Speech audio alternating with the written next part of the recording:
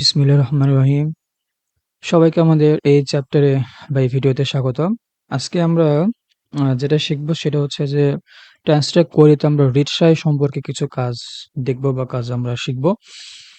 তো রিট্রাই সংক্রান্ত ট্রান্সট্রাক্ট কোয়েরিতে ৩ রকম কনফিগারেশনস রয়েছে। একটা হচ্ছে রিট্রাই অন মাউন্ট আর রিট্রাই ডিলে। তো আমরা ৩ টা আ এই কি সম্পর্কে টুকটাক জানার চেষ্টা করব।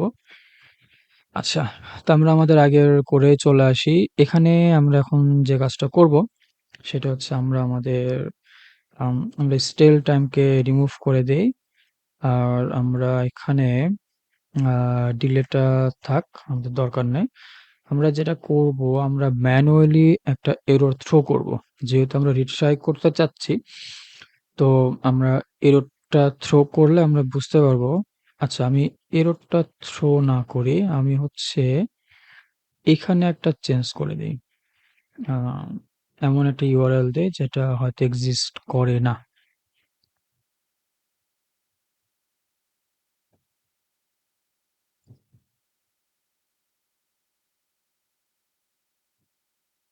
ঠিক আছে? আমি এই নামে দিলাম। আচ্ছা, একটা হার্ড রিফ্রেশ মারি, কম্পোনেন্টকে মাউন্ট করে নিলাম। দেখাচ্ছে পোস্ট লোডিং, যেটি ইনিশিয়ালি দেখানোর কথা, সবই ওকে আছে।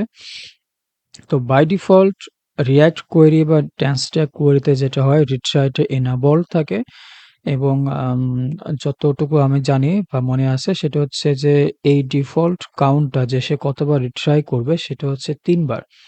সে ৩ বার হচ্ছে যে রিট্রাই করবে। আমাদের এখন যদি আমরা অন্য কোনো উইন্ডোতে চলে যাই এবং আগের উইন্ডোতে আসি, সে কিন্তু আবার এই পোস্টটাকে সে লোড করে নিচ্ছে আরকি, এবং এটা কিন্তু আপনার ব্যাকগ্রাউন্ড ফেচিং হচ্ছে না। এটা একদম ইনিশিয়াল ১ম থেকে যেটা হয় সেটা হচ্ছে কিন্তু এখানে। আচ্ছা, এররটা থ্রো করুক, তারপরে আমরা আমাদের কাজে চলে যাচ্ছি। আচ্ছা, তো এখন আমরা চাচ্ছি যে রিট্রাইটাকে আমরা অফ করব। অফ করতে হলে আমরা যেটা করব, আমরা ফলস দিয়ে দেব। তো এখানে আরো কিছু ভ্যালু দিতে পারি আমরা ট্রু দিতে পারি, আমরা ফলস দিতে পারি, অথবা আমরা একটা নাম্বার দিতে পারি। আমরা কতবার এই আ রিট্রাইটা আমরা করতে চাচ্ছি। তো এই কতবার রিট্রাই বলতে, এই কতবার আমরা রিট্রাই করতে চাচ্ছি এটাকে আমরা এখানে আমি একটু ইয়েতে যাই। আম হ্যাঁ, কতবার আমরা চেষ্টা করতে চাচ্ছি সেটা এখানে আমরা বলতে পারবো। আচ্ছা, তো আমি এখানে রিট্রাইকে ফলস দিয়ে দিলাম। আমি কম্পোনেন্টটাকে একটা হার্ড রিফ্রেশ মারি, তারপরে মাউন্ট করে নেই। আমরা দেখতে পাচ্ছি ১ম এ পোস্ট লোডিং দেখাচ্ছে এবং দেখানোর একটু পরেই সে এররটা থ্রো করে দিল। মানে সে আর রিট্রাইতে গেল না। তো যদি আমরা রিট্রাইতে ট্রু দিতাম তাহলে কিন্তু সে রিট্রাই করত। আর যদি আমি এখানে হয়তো ধরেন আমি দিলাম 10, 10 দিলে যেটা হবে, আমাদের এর আগে কনফিগারেশন করার আগে যতটুকু সময় সে রিট্রাই করার জন্য নিয়েছিল, এবার খেয়াল করে দেখেন তার চেয়ে কিন্তু আরো অনেক বেশি সময় সে নিচ্ছে রিট্রাই করার জন্য। দেখতে পেয়েছেন? এটা কিন্তু অনেক সময় নিচ্ছে। এখনো কিন্তু সে এররটা থ্রো করে নাই। তো যদি আমরা রিট্রাই যদি একবার করতে চাই যে যদি ডেটা না পায়, তাহলে সে একবার ট্রাই করবে। ট্রাই করার পরে সে হয়তো এরর থ্রো করে দিল। আমরা কনফিগারেশনে দিয়েছিলাম 1, দেখেন আমাদের এররটা চলে আসলো। তো এটা হচ্ছে আমাদের রিট্রাই এর কাজ। তারপর আমরা যেটা দেখব সেটা হচ্ছে রিট্রাই অন মাউন্ট। ঠিক আছে? রিট্রাই অন মাউন্ট যে কাজটা করে সেটা হচ্ছে যে যদি আমরা ফলস দিয়ে দেই তাহলে আমাদের কোয়েরিটা রিট্রাই করা হবে না যদি এরর থাকে। ঠিক আছে? আচ্ছা, তাহলে আমরা এটাকে আমাদের রিট্রাইটা আমরা বাদ দিয়ে দিই। এবার আমরা হচ্ছে রিট্রাই অন মাউন্ট, এখানে আমরা ফলস দিয়ে দিলাম। ঠিক আছে? তাহলে যেটা হওয়া উচিত, যদি আম এরর থাকে আমাদের কম্পোনেন্টে, তাহলে মান করার সময় সে আর রিট্রাই করবে না। ঠিক আছে? তাহলে অনেকটা এরকম কনফিগারেশন হচ্ছে যে আমরা বলে দিচ্ছি রিট্রাই ফলস হবে। কখন হবে? যখন সে মাউন্ট করবে। যদি এরর থাকে তাহলে সে রিট্রাই করবে না। ঠিক আছে? তাহলে আমি কম্পোনেন্টকে ইয়েতে দিলাম, মাউন্টে দিলাম। পোস্ট পোস্টটা লোড হচ্ছে। সে আম ন্যাচারালি এরর পাইলো।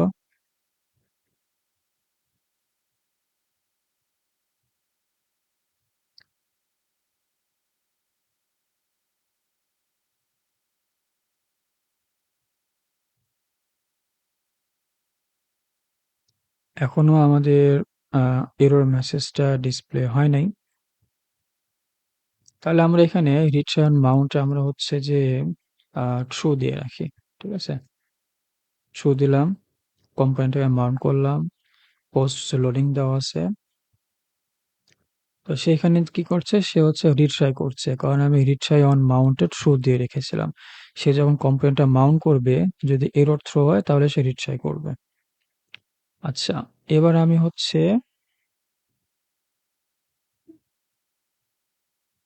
এটাকে আমি ফলস করে দিলাম। একটা হার্ড রিফ্রেশ মারলাম, কম্পোনেন্টকে আমি মাউন্ট করলাম। মাউন্ট করার পরে আমার এখানে কিন্তু এরর শো করছে। মানে এরর চলে আসছে ইন্টারনালি, বাট আমার এখানে এখনো ডিসপ্লে করে নাই। সো ও হচ্ছে চেষ্টা করছে মানে রিট্রাই করতেই আছে। এররটা কিন্তু থ্রো করে দিল।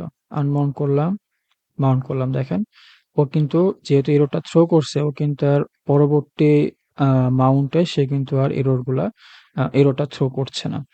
যেহেতু ১ম এ সে এররটা পাইছে, এখন এররটা কখন পাবে? যখন হচ্ছে আমরা হয়তো ব্যাকএন্ডে এপিআই তে হিট করার পরে কিছু একটা সে পাইল না, বা কিছু একটা আনএক্সপেক্টেড হইলো, বা নেটওয়ার্ক নাই ইত্যাদি যেকোনো কারণ হতে পারে আরকি।